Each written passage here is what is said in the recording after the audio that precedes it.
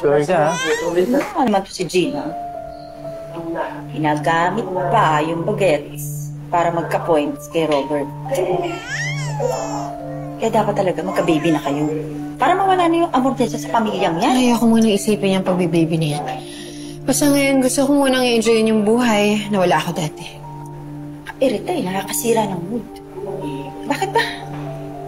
Hindi ka naaalibadbaran? Total, ikaw na rin na rito. Paalisin mo tayo yung si Gina kasama pamilya niya. Hindi. Dito lang sila. Bakit hindi? Eh, asawa ka na.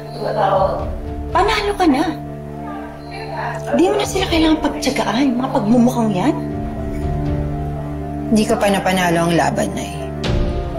Unang hakbang pa lang yung kasal namin ni Robert. Ang susunod niyan, ipaparamdam ko kay Gina na akong reyna dito. At pagkatapos, gagatasan natin tong pamilyang to. Kukunin natin ng lahat ng meron sila. Tapos yayaman na tayo? Papahirapan ko sila. Ipapakita ko sa kanila na akong may hawak ng buhay nila. At yung si Gina, wala siyang karapatan maging masaya. Wawasakin ko ang buhay niya. Ito ang simula ng impyerno niya sa lupa.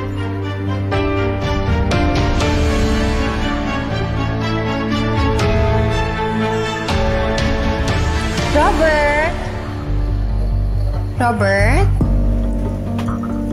Mindy? Hello? Ay, sumima ako. It's okay, Robert's here. Alam niya, here ka, no?